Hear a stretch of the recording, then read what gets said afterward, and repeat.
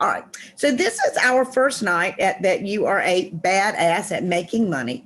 And we're going to start with allowance. And with that allowance, a lot of the ways we look about at money comes from the people we were around when we were growing up. So I want to know what you think the major message was when you were growing up about money. You had to learn how to stretch it and make it work with what you had. I Okay. was taught to save, and not have any bills.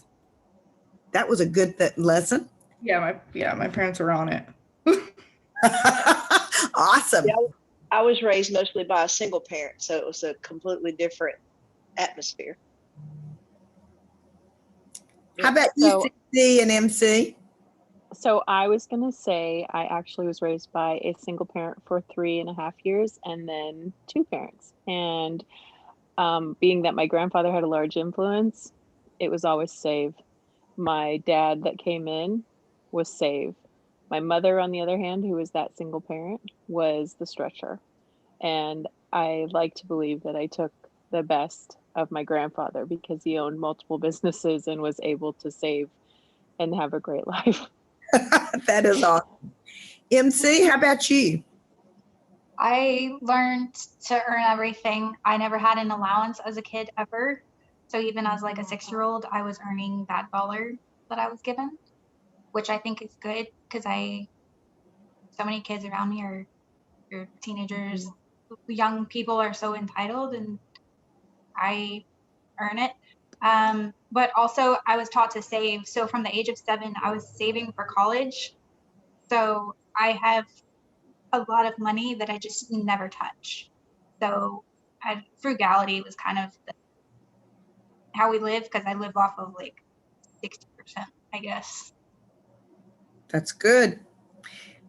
Betty and Susan and Kathy, do you all want to share with us what the message was in the home you grew up about money?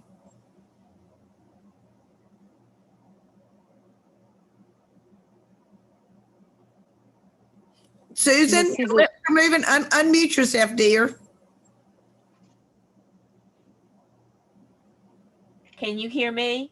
I can hear you. Okay. I found my dad, we struggled financially, but the kids never knew it because there was so much happiness and positivity in the house. We didn't know we didn't have money. And one day,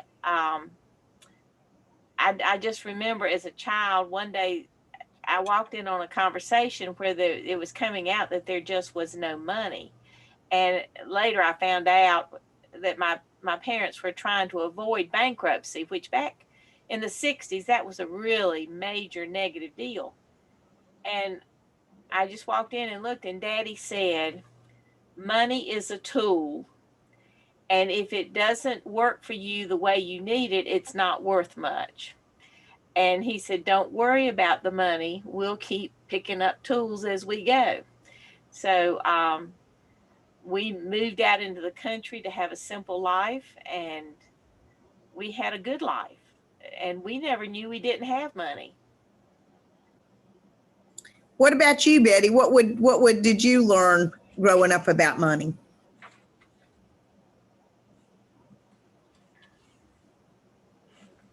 Well, Susan, do you want to try again? Okay. Okay. I was raised by my mother, my brother and I. Father left when I was about, I don't know, 2 or 3. He was in South America, and she worked 2 and 3 jobs to make it help us. We worked in tobacco. To get our own money and our clothes and help her. That's just the way I was raised. She always taught me never depend on a man to keep you up. You have an education, make sure you have an education and that you can depend on yourself. That's just the way I was raised. And Betty, how were you raised with the idea of money? And you have to unmute yourself, dear. We do love technology. No. I love people. Yes, we do. Yes, we do. Can you hear me? I can hear you now. So what was the message you got about money? Oh, well, we just now got on. Shirley can't get on. Oh, no. Yeah, we were having a problem. It was just buffering. And my iPad's still doing that. Money didn't buy happiness, and money didn't grow on trees. We didn't have it easy because my daddy died when we were little, and Mama didn't ever let on, like it was hard, but we knew it was. You know what I mean? Right. Well, I was primarily raised by my grandmother. My mother and my uncle both had mental illness. And although they were both entrepreneurs and made a lot of money, everything that they made just went away. But my grandmother, I didn't realize until long after she was dead how much money she had. But she came through the Depression. So I grew up, and until, I was probably 35 years old, I was washing Reynolds wrap and reusing it. Wash, dry, and put it in there and then use it next time. And then I watched Oprah one time and it said, "Oh, don't do that. There's all kinds of bacteria there." And I thought, well, it's not very much anyway. And my grandmother left an impression on me because my grandmother, when she died, had never had a dishwasher. She had always wanted to have a dishwasher. And she said, always told me she couldn't afford it. And my mother and my uncle lived 30 some years after she died, and they basically lived off what she left them. And my brother is now living off basically the land and everything that was left after that. Wow. So she really had a lot of money, whereas I didn't think that she had any money. And I knew that my uncle and my mother didn't, because they spent every dime that they ever earned and then some. So, we get these different views of money. And then if we're people of faith, there's also the things about, the camel has an easier time to pass through the eye of a needle than a rich man getting into heaven. So when I was younger, I really had to revamp my beliefs about money. And if you don't have the kind of money that you want, and you've never been able to make it, or if you're not able to hang on to it, or there are people that are called money hoarders, and I'm not saying that any of you fall into this, but that my grandmother was a money hoarder. I mean, she had plenty of money. She died at 80-some years old, and she never bought a dishwasher. I mean, she could have got a dishwasher for a couple of $100s, but she didn't have one. So, and I do like what Kathy's dad said to her, because I'm going to tell you, money is just a tool. But if you don't have that tool, you can't help others, and you can't really take care of yourself. So this is a book that as you go through these chapters, and I'm going to tell you something. Some of you will read it and you'll have great big ahas that you change within yourself. And then some of you will read it and you'll find, this is a really good book for me to use to teach others, because I know a lot of people that would like it and can share it. And if you're on and you decide you really like this, ask somebody else to hop on, because we're going to be doing this over about 6 weeks. So again, we're going to kind of revamp where we're at. The money, and tonight is the very first chapter that we're about allowance, is believing that the money that is around you is here now. Whatever amount you're looking for, you can find a way for it if you really, really want it, because it's there. One of the things I want you to think about is, what does it mean to be rich?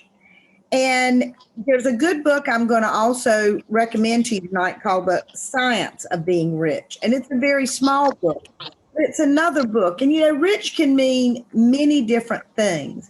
I think sometimes when we talk about being rich, we start feeling like, well, I don't want to be rich. I mean, because that would mean that, I'm selfish, or, I don't want to share with others. But that's really not true. Bill Gates has done all kinds of philanthropic things. He has done some major things. And there are people that have a lot of money have the ability to do that. Your desires to do good will make the difference. What about if you thought that you were born to thrive? Do you think that that would help you when you're thinking about what's going to happen? You want to be the best you can be so you can share it with others, and you don't want to settle. You want to go for the goal and you want to flourish, but you've got to create those beliefs first. Now I want to tell you something, and this is one coin, and this top of the coin is fear. And that's a part where your heart rate goes up, your thoughts first get very clear, and then they get kind of all scrambled.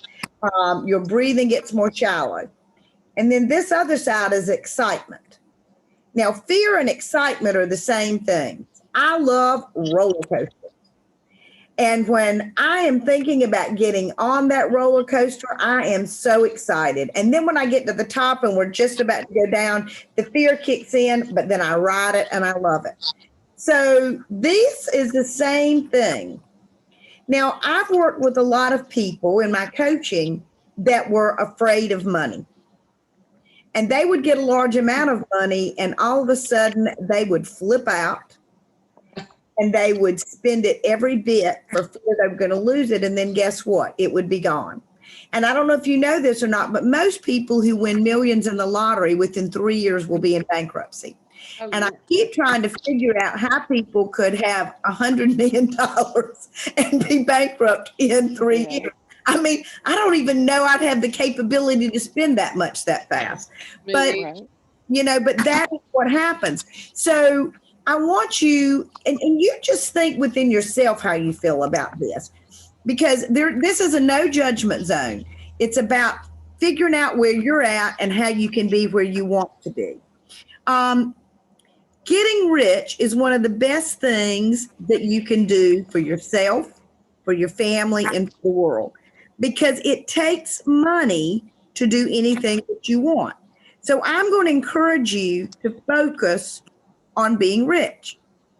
Now, there's a reason for that, because where focus goes, energy flows, and what we start thinking about starts happening. And I'm going to give you an example of something, and it's a small thing, because I'm a great believer in manifesting.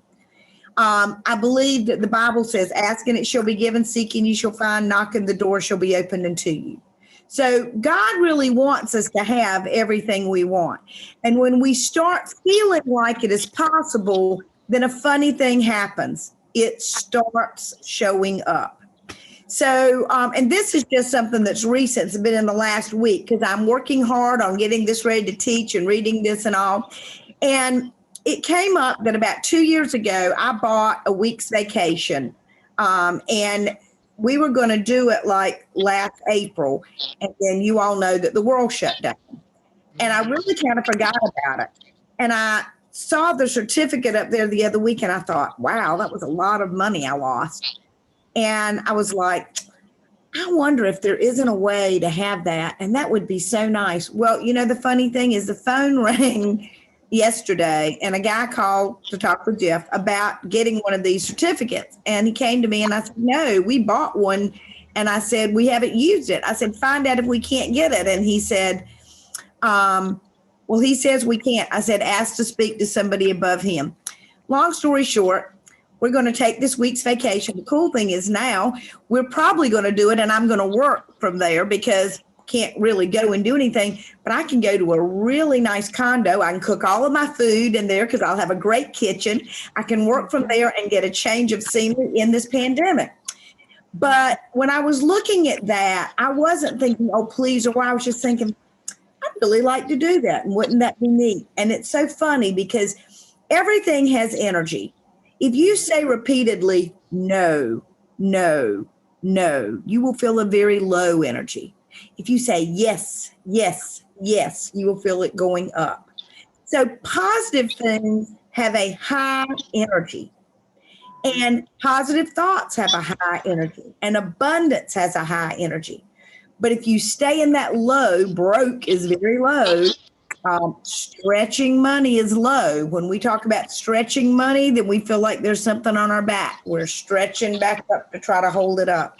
So This is what we're talking about and is allowing and beginning to believe. And one of the things I talked about last week is your affirmations. And I've been working on mine. I don't know who else has been working on theirs, but I've been working on mine. Every morning now I get up and I'm doing a 5-minute meditation. And when I close my eyes, I've got this thing where I see the money, the dollars just kind of falling down around me. I can even feel them. And I like seeing Benjamin Franklin on those, and they're falling all on my face and I feel it. And it's so funny because when the gal put up the Facebook for this, she had said, I was thinking about putting something with a dollar smiling. I said, that would be cool. But then she put up something totally different, which I didn't like. So I called her back yesterday and I said, can you change that? And she sent me the thing this morning. I had the girl standing there with the money coming down over. Well, that's what I've been seeing every morning. And while I'm seeing that, I'm saying, I love money and money loves me. Money comes to me easily, effortlessly, and continuously. I love money because I can help so many people, my family, and I can take care of myself. So I'm really going to be encouraging you to create at least a 5-minute meditation that is just your money meditation each day, because it will help you develop that positive mindset that you want to have. You know, how you feel about yourself is also important. In order to have money, you must believe that you deserve it. Now, I personally believe I deserve it because I'm a child of God, and God lives inside of me. And God wants to answer my prayers. Now, you may see it differently, but you have to believe you're deserving. Another good mantra is, I love money because I love myself. And I want you to do this later. And if you've got the book, this is one of the exercises they give, is why do I deserve money? And I'll give you the 10 reasons I came up with. God made me and wants me to have what I want. I am generous. I am worthy. I am destined to do great things. I am honest. I'm a magnet of change. I make the world a better place. I am. And the Bible says I am who I am. I want it. I deserve it because I am me. There are no wrong answers to any of this. And I want you to make a list of 10 things that were brought to the world by money. Now, you can think of a lot of different things. I said the pyramids. Well, there certainly weren't any dollar bills back then, and I don't know what they call the money over in the Middle East. In different countries, it would be different. But, you know, money is just a thing of exchange. I mean, there didn't used to be dollar bills. I mean, they used to carry cows and things like that, but it was what was the value. Well, nothing is ever created without money. For the people that are on the East Coast and love going on the Blue Ridge Parkway was developed by the New Deal by Franklin Delano Roosevelt. There were people that didn't have any jobs and didn't have any money, and the government put them to work and gave them a paycheck, and they created the Blue Ridge Parkway. They paid them to do that. I really think we need to be doing more things like that today. I keep waiting for the new deals to come around now, because there's a lot that could be done and we could pay people to do it. So it's kind of fun to think about those. And I want you to list all the awesome things that money can bring to your life. Now, a lot of people get into things saying, well, I just like being with my family. But let me ask you this. Is there any reason that you can't be rich and be with your family? In fact, if you have more money, then one of my things is I want to take my family on a dream vacation every year. I want to take my son and his wife to Africa. That's where her father's from, and she's never been there. My husband announced me the other day that he wants to go to India, and I thought, well, that would be fun. I never thought of going to India. You know, if you have money, there's things that you don't have to worry about. And how many times do we look on Facebook and see an ad where people want you to go to their GoFundMe page because they need surgery, or they need money for a lawyer, or, you know, there are all kinds of things that come up. And you've got to work on allowing the money to come to you. And I'm going to tell you that every time you see some money, if you see a penny on the ground, you reach over and you pick it up and you say, thank you, thank you, thank you, thank you. I always thank God every time I find a penny, because you know what? It is just an affirmation that there is more money coming. It is just showing you that. And when you are in that thankful space of gratitude, that is a wonderful place to be, because that is where money comes from. So what are some of the things that you all would like to do with your families as the money comes to you? This is Barbara. I want to travel.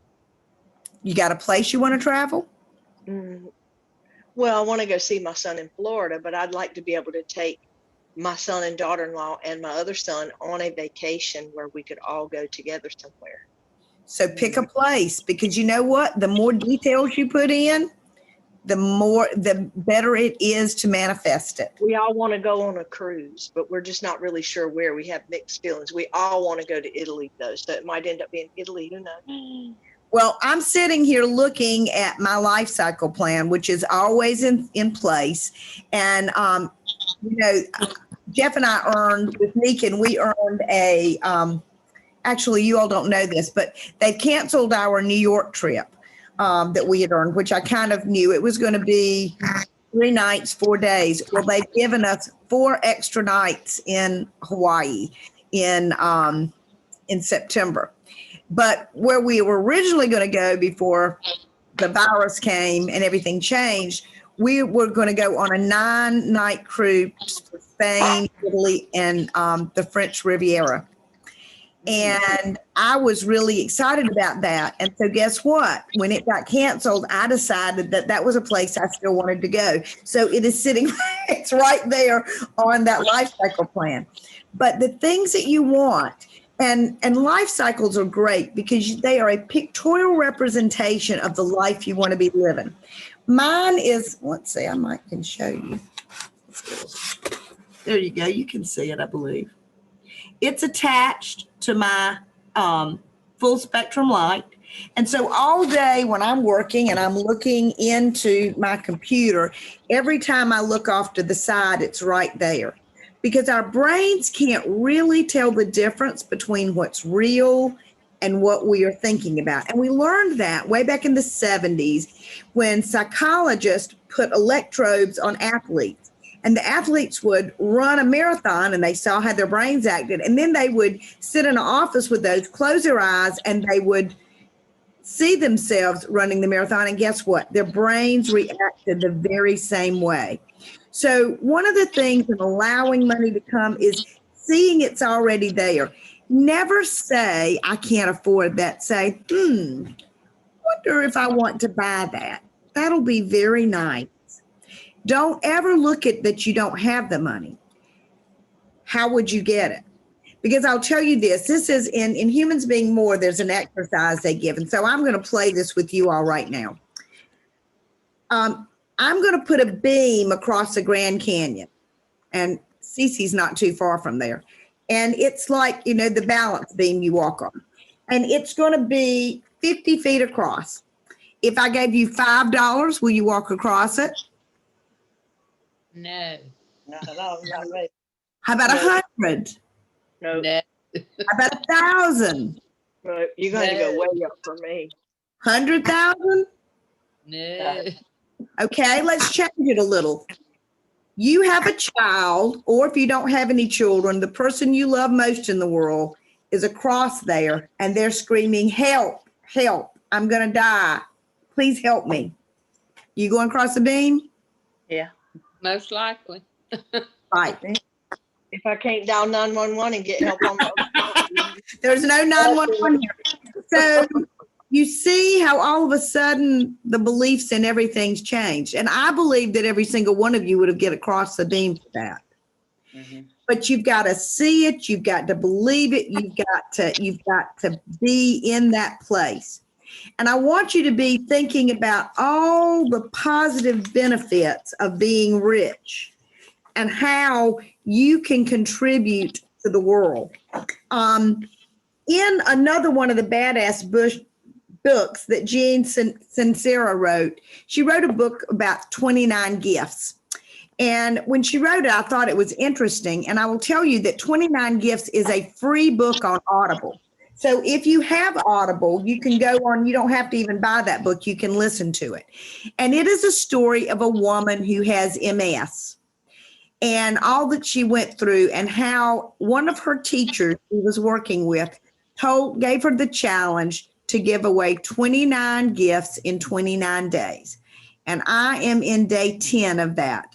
And you'll learn a lot. It's not, if you happen to read it, it's not all about buying something to give. And sometimes you do buy things to give, but sometimes it's about giving of yourself, teaching someone to do something, but starting to see what the mindset of giving 29 gifts in 29 days. She started this movement, and it was really amazing what it did for her MS. Because remember, mind, body, and spirit are all connected in one. So that's another little book that I'm going to recommend to you. So now we're going to talk about rolling in the cheddar. If you believe that you won't have money ever, or you believe that money will always have to be stretched, what do you think that will happen? Exactly what you think. Exactly. You know, our brains are like cinder blocks. And if I had a cinder block and I've set it up here, if it was completely dry weight, cinder blocks are really light when they're dry. Have you ever picked up a cinder block that's never gotten wet? They don't weigh much. But then if I poured my Ciaga and aloe juice on it, it would be heavier. Huh? I said, what a waste. Don't do that. The Ciaga makes it slightly better. And then That's life. if I poured water in it, it would get heavier. Whatever I pour, it's going to absorb, and our brains are like that. So whatever we're saying, it's there. And you know what? Our eyes are always scanning the horizon, and they are looking for what we think about.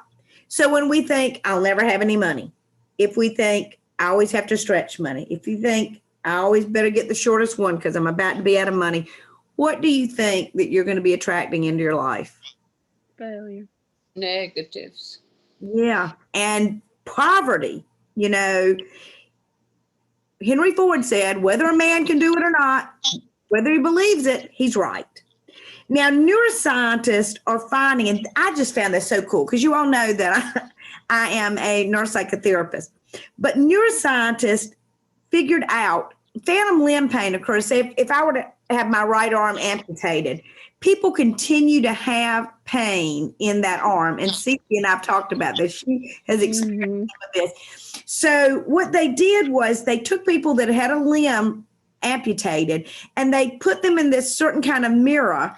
And the mirror did a mirror image on the side where the limb was gone from this limb. And so when they looked in the mirror, they saw themselves having two arms again.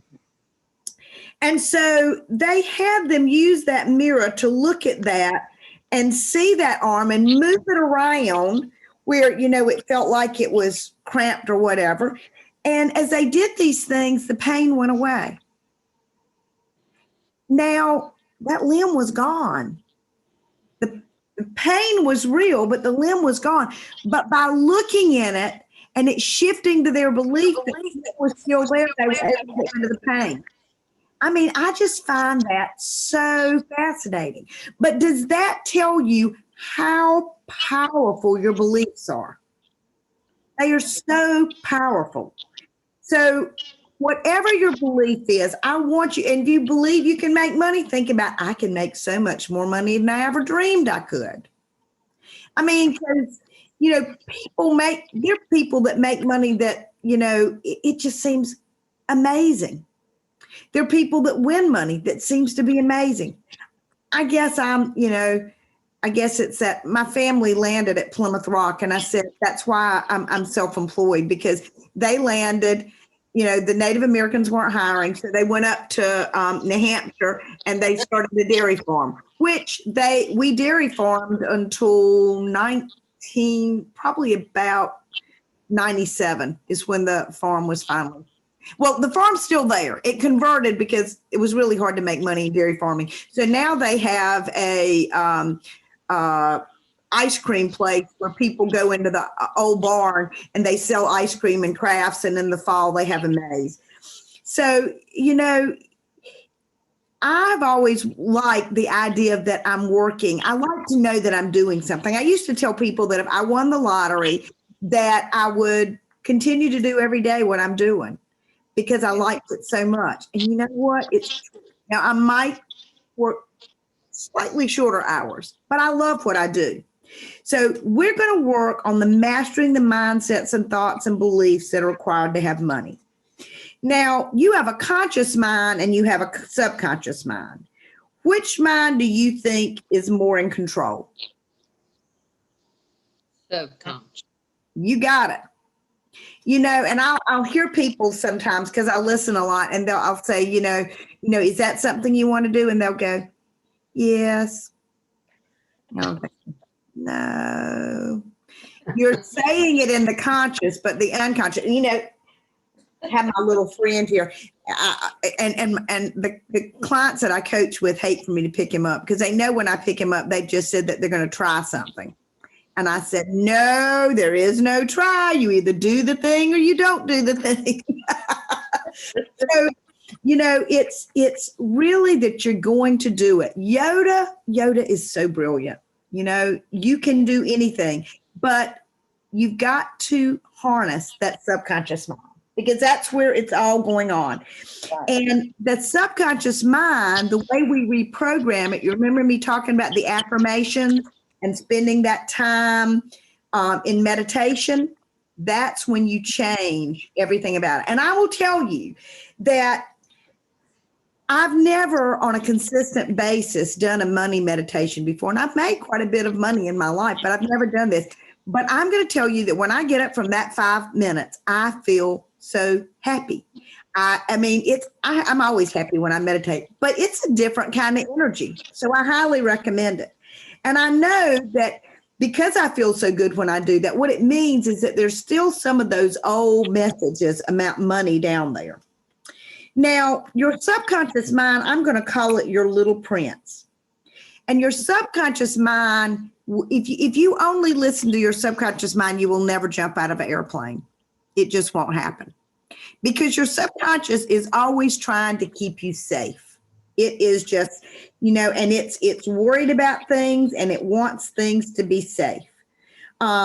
And where it comes from, that little prince, is if you were a little child, and your parents fought a lot about money, what do you think that little prince's idea is about money? Is it a positive one or is it a negative one?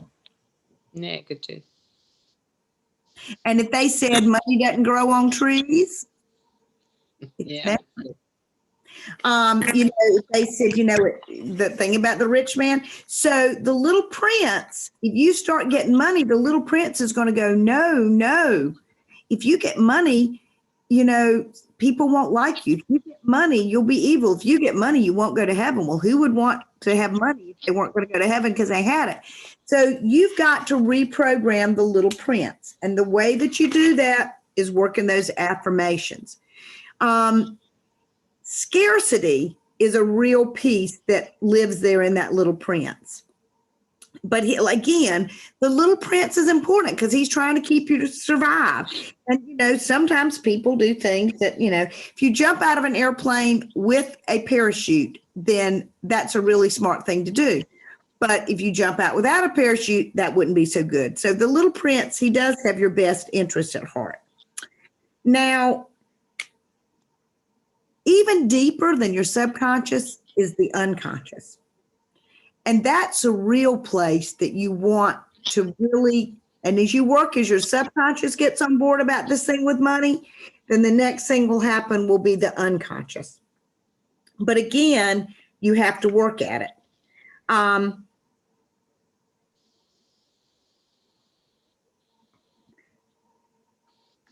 I'm going to tell you about one of my clients that I had. And she came from a family that had quite a bit of money, but she was always told when she was growing up that she'd never have a penny and she would have to live at home with family forever because she'd never to be able to take care of herself. And that was the last thing she wanted to do because they were kind of crazy family. And she made a lot of money, but every time she made money, what do you think happened to the money? The family probably used it. No, she blew it. She got rich. I mean, she could have no money and she could live and do more things than you ever think about. And then she would build up money and it would be gone and she would be broke. What do you think was going on in her mind about money?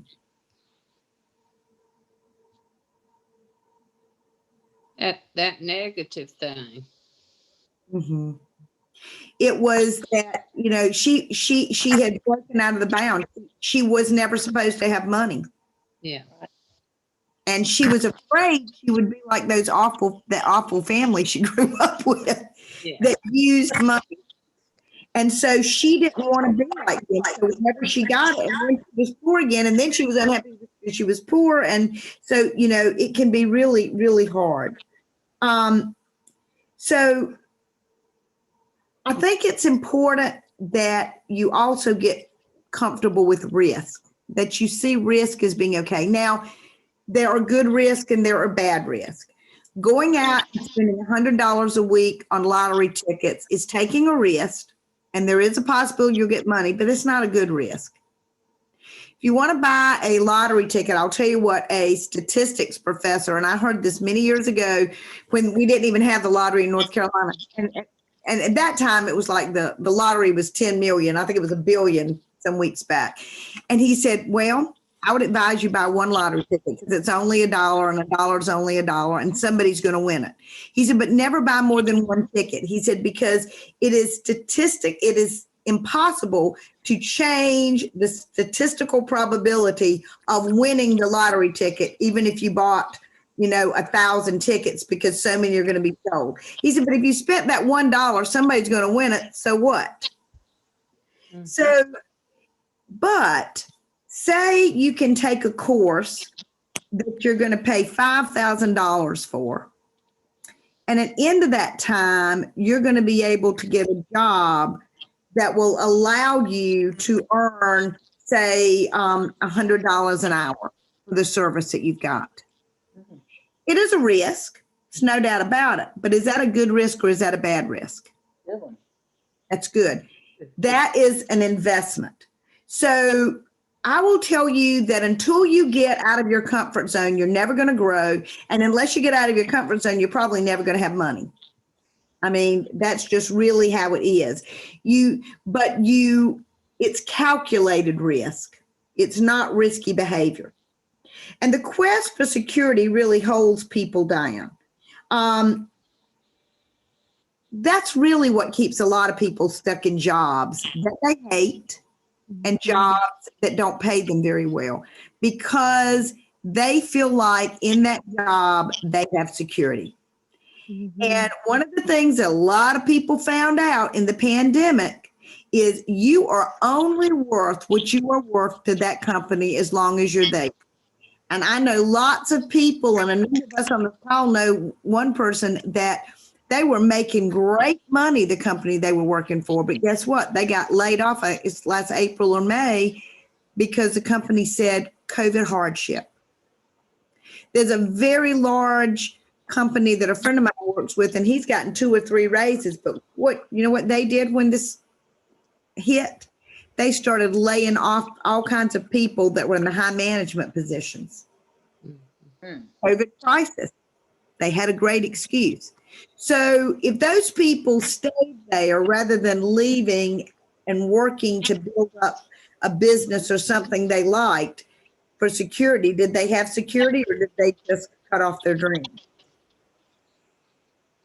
Now, some people jobs are good for. I'm not a great believer in jobs. I'm just not.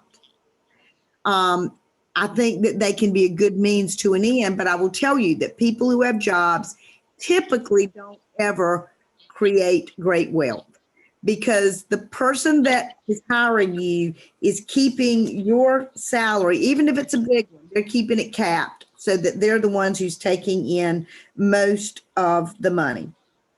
So I want you to start, a good affirmation might be, I am free to thrive in abundance. That possibilities are infinite. You know, work on, another asset is work on the as if. What if you got up every morning and you said to yourself, I am pure, pristine, rich. I am pure and pristine rich. I can buy anything I want. I can give as much money as I want to my church. I can make a pledge that will make up that $80,000 shortfall they have this year. I can give the money to Faces that's going to help with the people whose power is going to, and talking to yourself about this. Because one of the things when you're talking to yourself about this, guess what your brain's doing? It's scanning that horizon to find the ways to do it. And it is all possible. Now, let me tell you something. This is a story of my father. So for about 3 years, my dad has been saying, my memory is crap. My memory is crap. My memory is crap. I'm 85 years old. My memory is crap. I'm like, Dad. So recently he said, you know, I really am having some trouble remembering things. I said, really? I said, you've been saying it out loud over and over and over again for 3 years. I can't imagine that could be happening. And you know, he knows all of his credit card numbers. I mean, he knows all kinds of things that I don't even worry about trying to put to memory. And this weekend, he wanted to learn how to text on his computer, and it took us about 2 hours. But he said, you know what, I could learn that. I said, yeah, and you're 85, almost 86. So do you have a terrible memory? So be very careful what you say to yourself over and over again. If Kimble, you know what that was? I'm sorry. Accountability. You told him, because that's what I've done as well to people that I love very much, because they're like, I just can't. I always forget. I can't do that. And then I say, but can you really? So it's that accountability that we don't hold ourselves to. That's right. And when you catch yourself saying one of those negative things to yourself, what I want you to do, instead of saying that, say, oh, that is so unlike me. That is so unlike me. So be very thoughtful about what comes out of your mouth and into the world, because words define our reality. And we can get stuck in a real rut with our words. So the first step is going to be getting new words like that pure, pristine. I mean, I'm really bad about saying filthy, dirty, rich. Well, who wants to be filthy and dirty? Not me. So pure, pristine, rich. I like that. Doesn't that sound pure and pristine, like the water that comes through the waterfalls, mountains? I love that. Now, Einstein said that time is an illusion, that past and the future coexist together. So when you are using the right words, even if it is the future that's happening in, you can bring it into the present. And when you start doing that, again, you're going to be working on that brain. You've got to get rid of hate, fear, and dislike money language. Your new thing is, I can afford it. You see that Rolls Royce going by? I can afford it. You see that house you want to live in? I can afford it. Whatever you say, I can afford it. And don't talk about people that are rich. I mean, if you don't want to talk about somebody, you know, he has a lot of money, talk about what the jerk is, but not about the money, because the money has nothing to do with him being a jerk. And I guarantee you, you all know plenty of poor people that are jerks. I mean, you know, how the person acts is different. So I want you to think about that we are driven too by the emotion. So you've got to have some emotion. So if you get up and you sit and you go, I'm rich. I have lots of money. I can buy anything I want. Does that stir you very much? No. There's got to be emotion. Emotion is important. Passion is important. But if you say, I'm rich and I love being rich, I love being able to help everybody that I see that needs money, so you got to get the emotion in it. People flip over. Well, my alma mater, Carolina, that I love so much, they beat Duke last week. And what did the students do at Carolina? The numbnuts ran into the street and started one of those wonderful bonfires with no mask. I mean, because why? Because they were passionate and emotional. They had beaten Duke. Who cared about COVID-19? I mean, Bless their hearts. yes, bless their hearts. But people, when they're excited, can flip over a car. They can do all of these things. That's coming from the emotion. It's not coming from the thinking brain. So you've got to get the emotion about what you're going to do. So here's how it works. Beliefs are the tour bus. The beliefs drive everything that's happening. So you've got to get your beliefs in line. I believe that I can have unlimited wealth. I believe that I can change lives. Now, your thoughts have to get together with that. And the thoughts are your tour guide. And the tour guide decides where you're going to go. The tour guide decides the route and what you're going to see. But the tour guide is working on the bus. She's got to stay with the bus. So the thoughts will be in line with that. Now, the words are what keeps the belief going. So you've got to keep those words congruent with where you want that bus to go, and you've got to keep the thoughts going. But the emotion is the fuel, and emotion is rocket fuel. You can ignite anything if you get the emotion. Don't be afraid to put emotion with it, whether it's your thoughts about money or if it's your thoughts about where you want to live or whatever it is, put emotion with it, because that makes a difference. Without emotions, you will never get where you want to be. These are the secrets to manifesting. And I have a girlfriend who took a course with Bob Proctor a number of years ago. And at the time, she had gone through a divorce and she had a whole lot of money. And for some reason, she went to the mountains of North Carolina and decided to create a chocolate making business. And she lost every bit of the money that she got from her divorce. Oh, no. No money, no husband, no nothing. And she saw this thing about doing Bob Proctor's course, and it was going to be $10,000, and it was 3 months away. And she said, I'm going to do that. And at the time, she had absolutely no idea how she was going to do it. None. But guess what? She did it. She is now 76 years old, and she has been teaching Bob Proctor's, which is Earl Nightingale's story of how to manifest ever since. But she didn't let it get in her way where she was going to come up with $10,000 from. She just knew she was going to find a way, and she did. So when you think, one of the things when I work with people in our company is I tell them to choose a bill that they want to pay with the money that they're making and pay each month. And then we create a plan as to how they come up with that. And then we can go bigger and bigger and bigger. And you could decide that your plan overall is that, within the next year, it's going to be what you're earning at whatever you're doing is going to be making a house payment. But you could start off with something really small. Do you know why you might want to start off with something small, or like, say you've got a cable bill of $50 a month? Why would you want to start off with a small thing and work it up?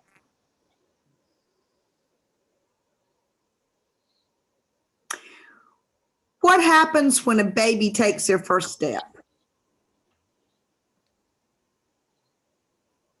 Without holding on. It's really exciting, and everyone around you is excited. It electrifies the room. And then they want to take another step. Even if after that first step they fall, they're like, oh, I did it. I got to get up and do it again. Yep.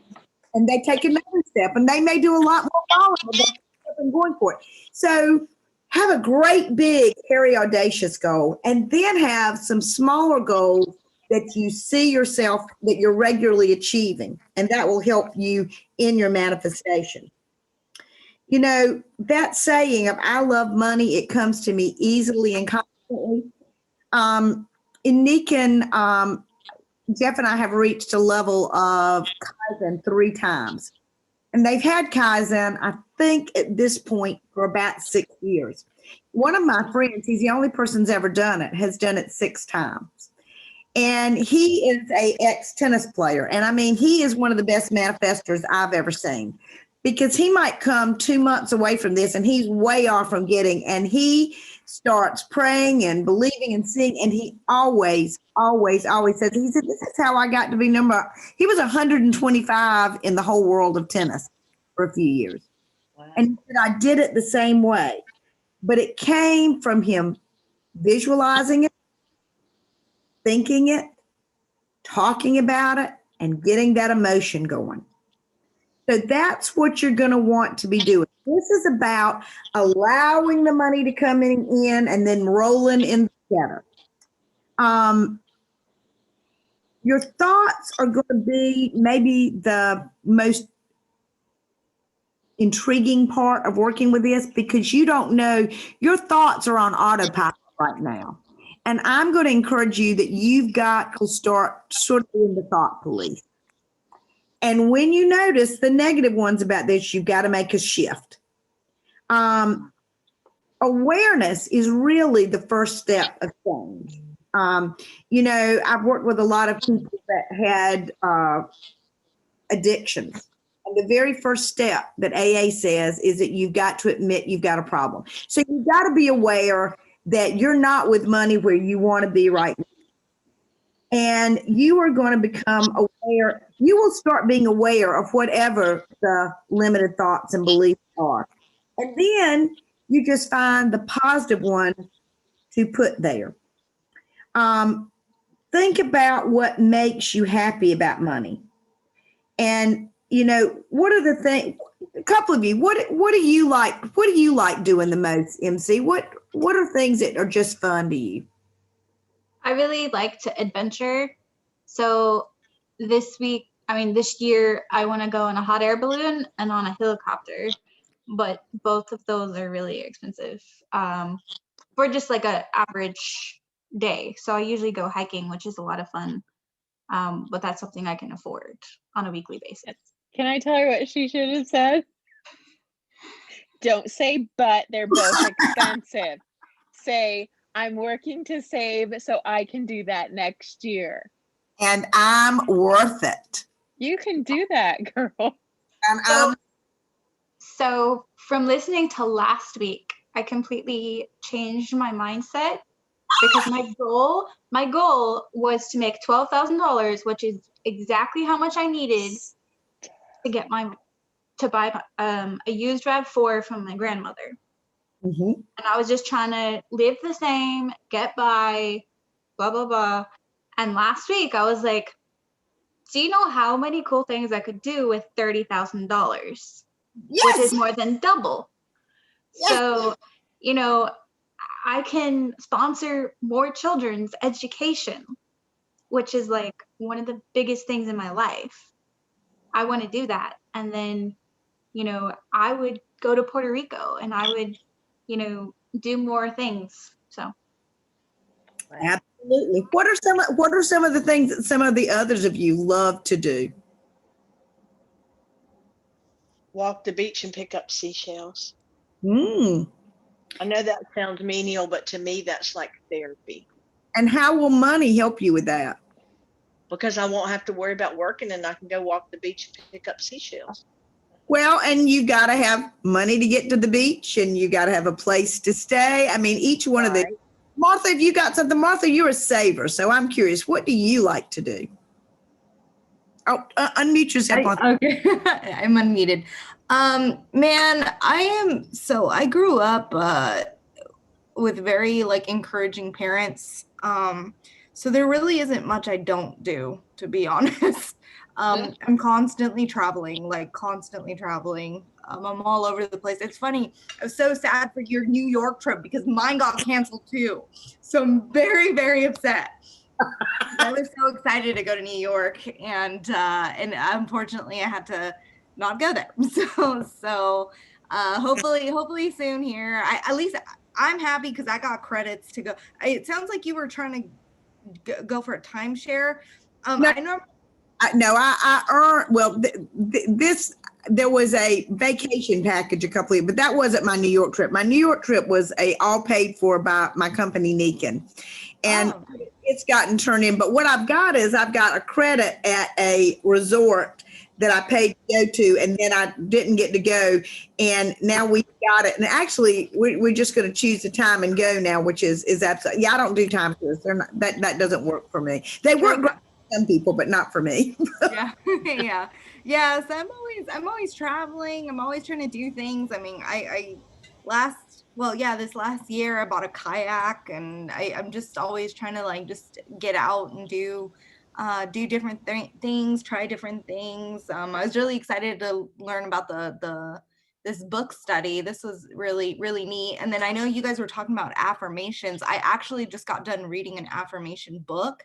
So that was really neat. So I might be able to pass that. It's funny because I honestly ran over a second ago to see if it was the same author, because a book that I just read is like Badass Affirmations is what it's called. So I was like, that's so weird. Maybe it's part of her collection.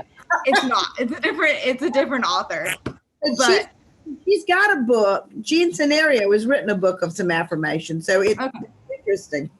Yeah. So I'm always trying to like improve myself in different ways. So so have more money about that could be helpful for that candidate. Oh yeah. I would move closer to the beach personally. I'm already like a 3-minute drive, but I still want to be closer. It's selfish. It's bad. It's not a good thing. No. I tell totally myself, okay. You're so high maintenance. You need to stop. No, you deserve that house on the beach. You do. You deserve a house on the beach. You are That's not high maintenance, girl. We're changing our mindset, because good job. You even called me out a few minutes ago of like where I'm like changing my mindset, but sliding back into my old mindset. You'll grab it, and then you'll stay on the train. That's well, these are the things that I want you all thinking about and working on. Now, the last one is universal intelligence, and universal intelligence to me is God. If you prefer universal intelligence, I'm okay with that. But the belief that there is something greater than you, and there is huge power in that, because I even worked with people who were substance abusers that didn't have a belief in God.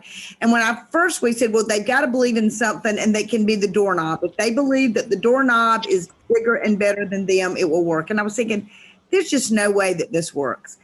But then after I worked with people for a while, I was like, there really is. There is power in knowing that we aren't the center of the universe and we don't have to hold it all up. Mm-hmm. And so if you have that belief in God, and if you're of the Christian belief, then God is within you. You've asked God to come to your heart. So that's where that I am, because there are I am meditations. I am that I am. And God can do anything, can he? So when you start believing in that, if God can do and create anything and God is within you, then what is impossible for you? Nothing. And the Bible says that all things are possible with God. So what does that rule out?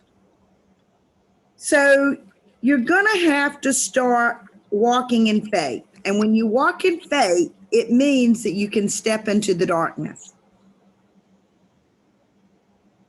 And with that faith, there's a book that I really love called A Course in Miracles. And it says, if you knew who walked beside you at all times, you would never be fearful again.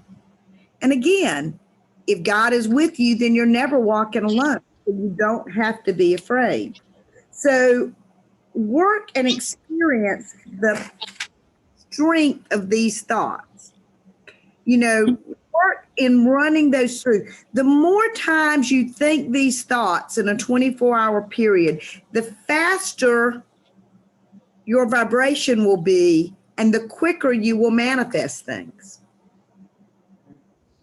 And you will start seeing things that just show up when you need them. Thoughts really do mold to our beliefs and our feelings. And they are powerful. They are so powerful. If you say, I can't afford it, what do you think immediately happens? What? You can't. No. So, and if God wants to give you something, there was a joke I heard years ago, and it was about this person dies and they get to heaven and they're looking around, and all of a sudden they go into this like big warehouse and there's all these names, and then they find their name and there's a house and all these things there, and St. Peter comes in and says, what are you doing in here? Well, I was just wandering around. I found this place. And so what is this? And they said, these are all the things that God wanted to give you that you didn't believe you could have. And so here, can you think about that? What are the things that you think God might have wanted you to have and you just didn't believe it was possible? So this is where, everything comes together. And things don't have to be in physical form to be here. They may be here and you not see them. And you've just got to believe with every ounce of your body that they're coming. If you can think a thought, you could not think that thought unless the thought already existed. You couldn't think that it was going to be unless it had the possibility of being. Way back, I think it was Da Vinci had drawn a picture of a helicopter. Now, never flew a helicopter, but he drew a picture of one. And it was going to come into manifestation. When John Kennedy said in the early 60s, he wanted to put a man on the moon, everybody was like, what? And I remember being that little 9-year-old girl and my parents keeping me up half the night so I could see the person take those first steps. But in 1960, people thought he was crazy. Mm-hmm. You deserve to make 50,000, 100,000, whatever, per month, per year, whatever you think. Just keep thinking that money is a tool. If I said, would any of you have any problem if I said you deserve to have a car that doesn't break down and you can drive all the time? Would any of you think that was odd? No. What if I said you deserve to have $1 million in the bank? Now, did that have the same sensation, or did you get a little tight in the chest when I said that? Right in the chest. Mm-hmm. That's letting you know the thoughts you've got to let go of. And that's a sign that you have a feeling that maybe you don't deserve that. You've got to figure out a way to see what you manifest. Write yourself a check for $1 million and sign it and put it where you're looking at it every day, or whatever amount of money you want to manifest. I love 8s because 8 is the infinite number. 8 is my favorite number. You put your, and I fell in love with it when I first learned to write it. And it was like, I can just keep going here. It's infinite. So the number that I keep saying is 8 million or 80 million or 800 million. But I like that 8 because I know the 8's going to be infinite. And use your power to create your desire. There's an opportunity for you to see and behold whatever. Focus on the wealth you desire. See yourself rolling in the money. Feel how it feels. See how, vibrate with that frequency, and then notice about it. And I told you about writing out the check. The universe will be delivered. You do not have to know how it's going to happen. In fact, I encourage you not to worry about how it's going to happen. You know it's going to happen, and then you're going, now, I didn't say that you just sit and do nothing. My grandmother had a saying. She said, if wishes were horses, then beggars would ride. But beggars walk, because wishes aren't horses.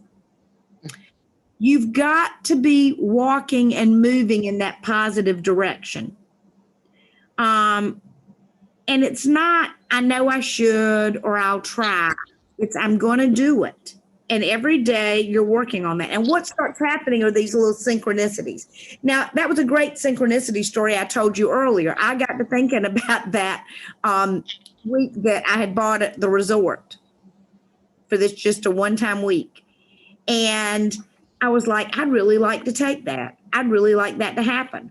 And then all of a sudden I found the piece of paper where I had done it. And then I didn't even have to call them. They called us. Can you believe that? And now I'm going to do it. Yay. Now, where did it start? I believe that it started in that thought energy. So check on your thinking, and then, you know, that, and those thoughts are your inspiration, by the way. And then you've got to have a really, really strong desire. I mean, you've got to want whatever this is like you've never wanted anything before.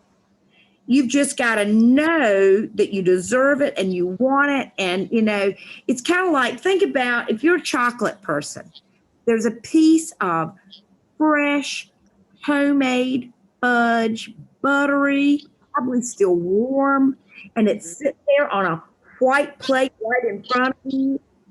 And you just want to reach out and take it, don't you? I mean, can you, the kind of desire that comes from seeing something right there that you want, well, that's the kind of desire that you want for this.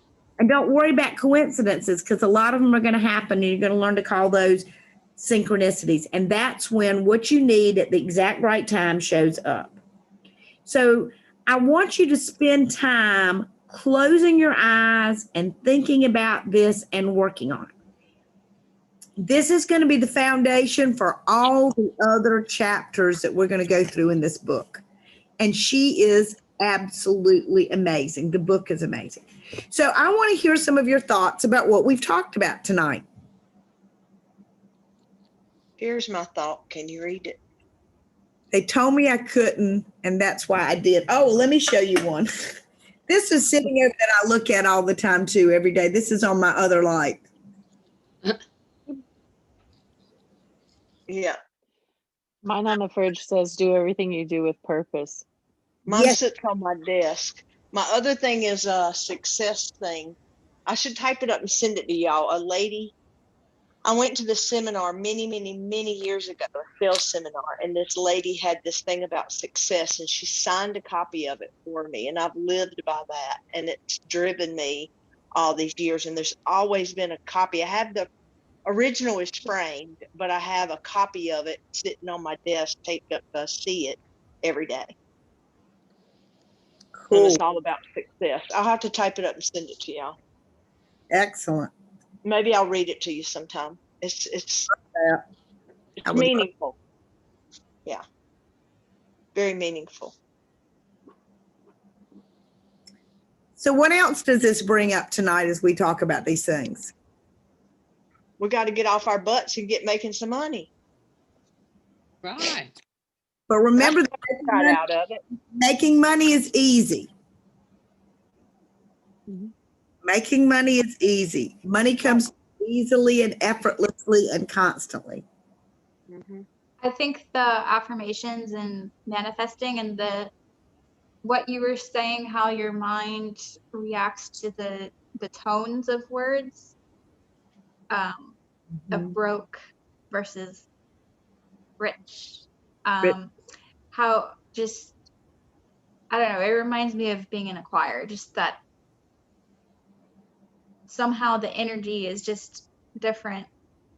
And if you focus on, I can only do this much and that much is going to be hard, which was my focus before last week, was just like, I can do it, but it's just I'm gonna have to work.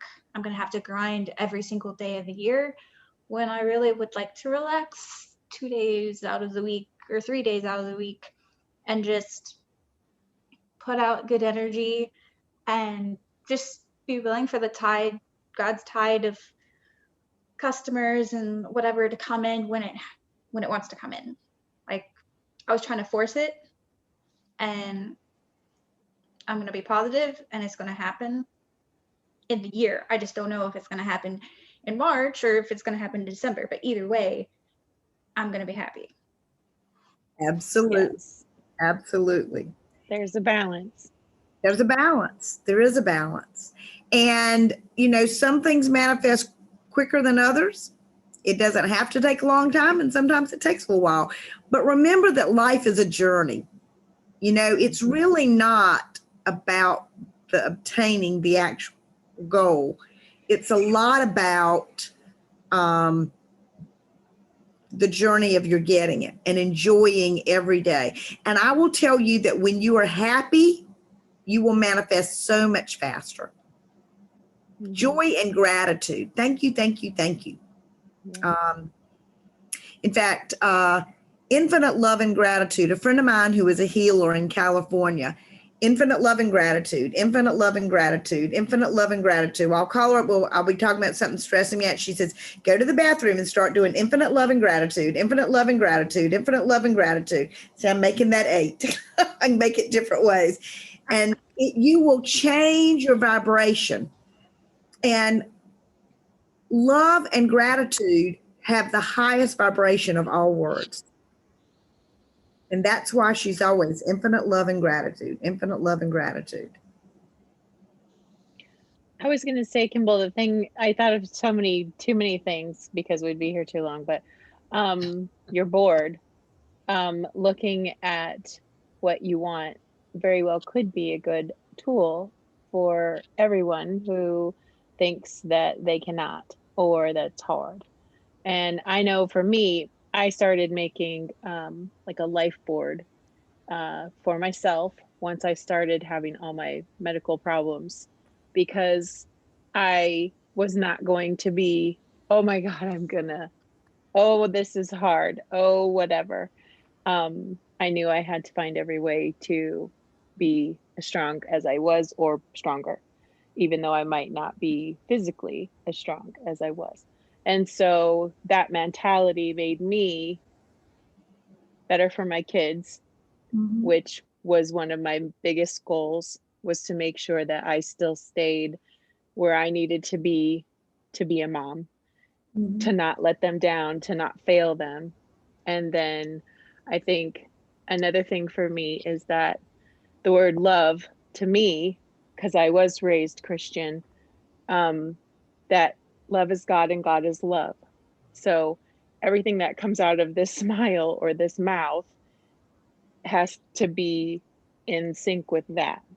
And yes, I make mistakes, and yes, sometimes it's hard because you get frustrated at stupid things that happen.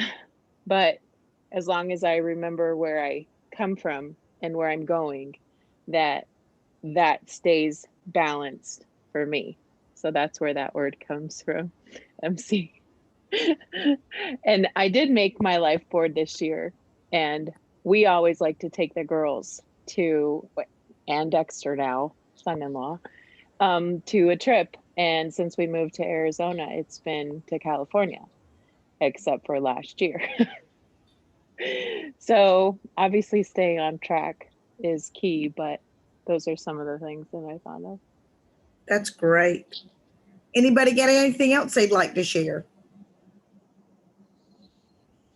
Well, next week, we are going to be doing the chapters 3 and 4, which is Show Me the Money and Best Practice for Busting Yourself. And Cece is going to be going through those. Yay.